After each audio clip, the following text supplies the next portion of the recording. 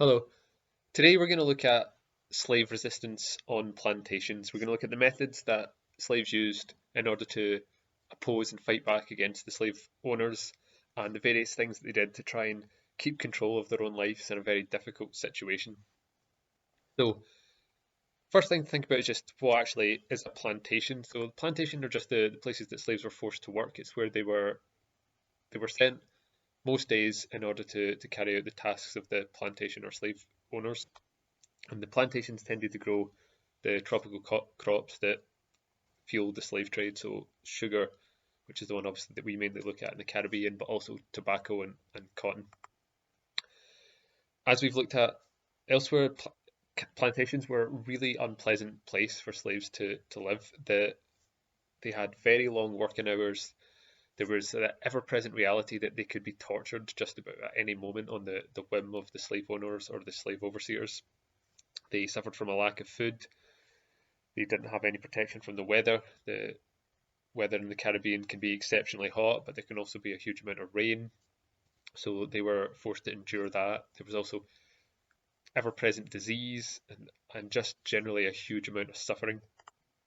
And so many slaves decided to fight back against their conditions, and they did this in a variety of different ways. Some of them did it in a very spectacular and violent way. Some of them did it in more kind of quiet and subtle ways in order to undermine the plantation owners or try and keep their own identities. And the, the resistance that they engaged in can be broken up into two different basic categories. The first category is active resistance. Now, active resistance is any action that directly damages plantation or the plantation system or the plantation owners. So this usually meant things that were violent or things that did damage. So examples of that include things like breaking or damaging machinery, so the machinery used to process or refine the sugar, destroying barns or houses, destroying the crops themselves. Or it could also involve attacks on the white owners, like putting poison into their food or poison in their animals. So that's active resistance. It's when slaves are doing something to directly damage or hurt or harm the plantation owners. And then there's passive resistance, and passive resistance is more about non-violent actions that allowed slaves to keep control of their lives so that they still felt that they were in some control. And passive resistance is a very complex thing, but things that it could involve are things like continuing to speak their language or continuing to use their kind of cultural practices, or it could be pretending to not understand what the owner was telling them to do. It was quite often small but significant things that allowed slaves to feel that they weren't entirely under the control of someone else, which, if people are ever in control of someone else, then those little chances to exert control, to kind of reach out and grab it, is something that can be very, very important. Going to look at just a couple of examples of slave resistance themselves. Now, generally speaking, slave resistance was crushed. There are a variety of reasons for that we have discussed previously, such as the fact that the owners had almost unlimited power and they had overseers who could torture and terrify slaves. And the violence meant that a lot of slaves were unable to resist, and also meant that a lot of other slaves were scared. There's also the poor conditions that they lived in. A lot of slaves were very hungry and they were overworked, which meant they didn't really have time to plan and organize any types of resistance. They were also often kept separate from people that they could maybe plan with. There was a huge amount of things that went against slaves being able to resist effectively. But as I said, there were some times when slave resistance was effective. Another big feature for preventing slave resistance was that on a significant number of the Caribbean islands, the islands are very small, which meant that if you tried to escape, there wasn't really anywhere you could go.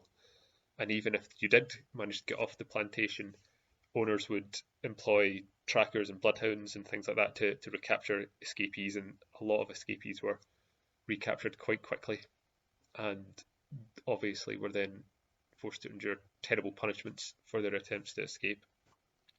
However, on the island of Jamaica, which is one of the largest of the Caribbean islands, there was space for the slaves to escape, and there are lots of places on Jamaica that are quite difficult to travel through, and one of the main areas is the kind of interior, which is quite mountainous, and so slaves who escaped in Jamaica made their way to central parts of the island where they were able to continually evade capture.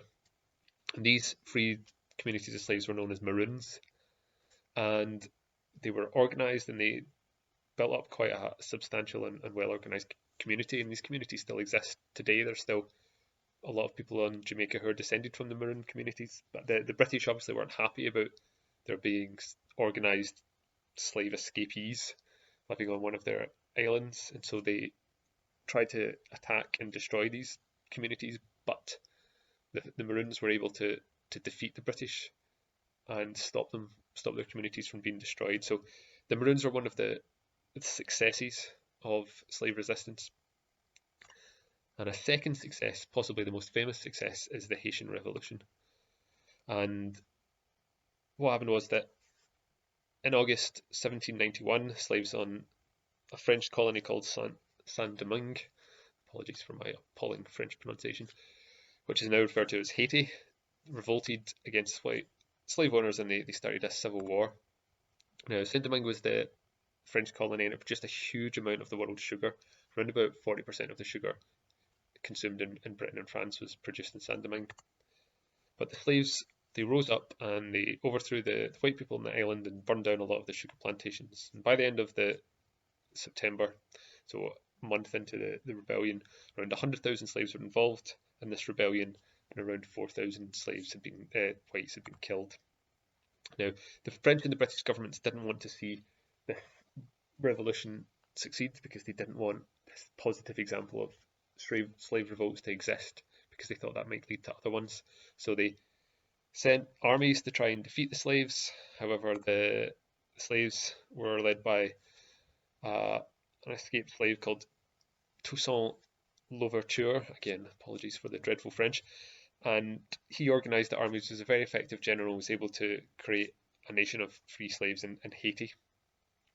One of the other important things about Haiti is that there was a massive population difference.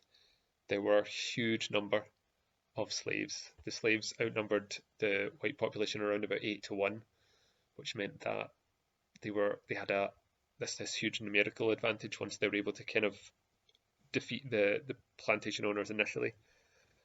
And this is a fear that kind of spread through the rest of the Caribbean, and in many ways it led to slaves being a lot more harshly punished for any attempts at rebellion and any attempts at kind of rising up.